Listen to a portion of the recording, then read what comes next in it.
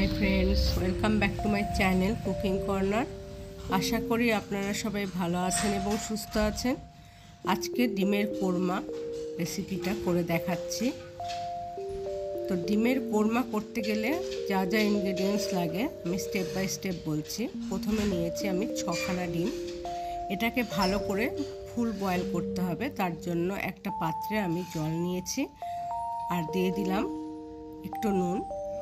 দেওয়ার পরে আস্তে আস্তে ডিমগুলোকে জলের মধ্যে দিয়ে দিতে হবে এবং ফুল বয়েল করার জন্য একটু ঢেকে রাখতে হবে।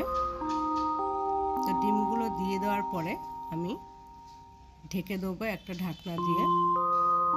তারপরে আমি বরফ জল রেখেছি, এটাকে ছেঁকে নিয়ে আমি বরফ জলের মধ্যে ডিমগুলোকে দিয়ে দেবো এবং ডিমগুলো দেওয়ার পরে তারপরে কিছুক্ষণ বরফের মধ্যে থাকলে ডিমের খোসাগুলো খুব তাড়াতাড়ি খুলে যাবে।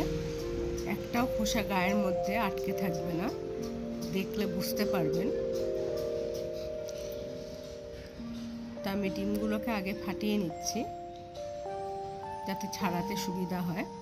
তো দেখুন আমি ছাড়াচ্ছি, একটা ডিমও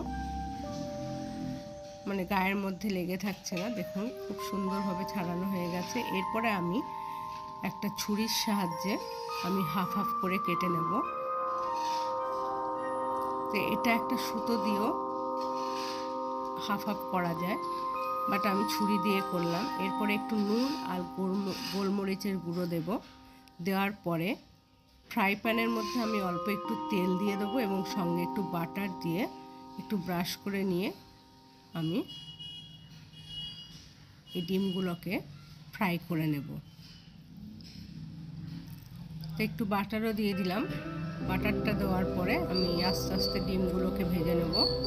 প্রথমে কুসুমের দিকটা দিয়ে ভাজবো, প্রত্যেকটা ডিমেরই কুসুমের দিকটা দিয়ে দিলাম। দেওয়ার পরে আমি অল্প একটু নুন আর গোলমরিচের গুঁড়ো দেব, কেননা তখন সামনের দিকে দিয়েছিলাম, এখন পিছনের দিকটাতেও দিয়ে দিলাম। মোটামুটি ভাজা হয়ে গেলে একটা চামচের সাহায্যে আমি উল্টিয়ে দেব। একটা পিঠ হয়ে গেলে আর একটা পিঠও ভেজে নেব।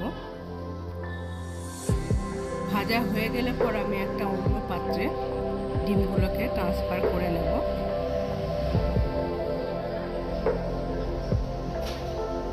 তো মোটামুটি ভাজা হয়ে গেছে, আমি একটা অন্য পাত্রে নিয়ে নিচ্ছি। এরপরে আমি দেব এই তেলের মধ্যেই দিয়ে দেবো পেঁয়াজ, লঙ্কা আর দেব হচ্ছে কাজু বাদাম। পেঁয়াজগুলো খুব বেশি ডিপ ভাজার দরকার নেই, মানে খুব ডিপ ফ্রাই করার দরকার নেই। আমি একটু কাজু বাদামটা দেওয়ার পরে আমি কিছুক্ষণ পরে জলটা দিয়ে দেবো যাতে পেঁয়াজগুলো ঠিক মতন সিদ্ধ হয়ে যায়। তো তারপরে আমি এই পেঁয়াজগুলো যাতে সিদ্ধ হয়ে গেলে পর আমি একটা অন্য পাত্রে ঠান্ডা করতে দেব এবং ওটাকে ম্যাশ করে নেব, মানে মিক্সড করে নেব। তারপরে শুকনো লঙ্কা আর গরম মশলা, জিরে সম্বার দিয়েছি। তারপরে রসুন আর আদার পেস্ট দিয়ে দিলাম। এরপরে স্বাদ মতো নুন দিয়ে দিয়েছি, দিয়ে ভালো করে কষিয়ে নিতে হবে। জিরে গুঁড়ো আর ধনে গুঁড়ো দিয়ে দিলাম। এখানে আমি আলাদা কোনো রেগুলার লঙ্কার গুঁড়ো বা কাশ্মীরি লঙ্কার গুঁড়ো দেবো না, তার কারণ আমি এটা ডিমের কোরমা করছি। তো আমি যে পেস্টটা রেডি করে রেখেছি সেই পেস্টটাও দিয়ে দিলাম। এটা দেওয়ার পরে ভালো করে মিশিয়ে নিতে হবে। মিশিয়ে নেওয়ার পরে আমি সামান্য অল্প একটু দুধ ব্যবহার করব এখানে। যেহেতু কোরমা করছি, একটুখানি দুধ দিলে পরে খুব ভালো টেস্টটা খুব ভালো হয়। তো সামান্য একটু নুন দিয়ে দিলাম। তো অল্প একটু দুধ দিয়ে দিচ্ছি। দুধটা দেওয়ার পরে ভালো করে মিশিয়ে নিতে হবে। মিশিয়ে নেওয়ার পরে আমি দিয়ে দেবো একটু কসুরি মেথি দিয়ে দেবো। এটা ফুটে গেলে পরে একটু কসুরি মেথি দেব।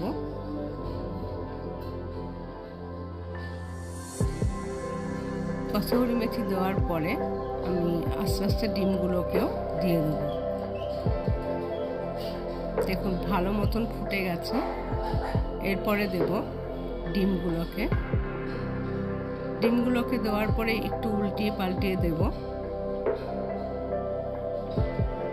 যাতে ঠিক মতন মশলাটা ডিমের ভিতরে ঢুকে খুব ভালো টেস্ট হয়। আপনারা অবশ্যই এই পদ্ধতিতে একবার করে দেখবেন। তারপরে একটু গরম মশলা গুঁড়ো দিয়ে দিলাম এবং নামানোর আগে একটু ফ্রেশ ক্রিম দিয়ে তারপরে নামাবো। তো ডিমগুলোকে আবার উল্টিয়ে পাল্টিয়ে দিচ্ছি।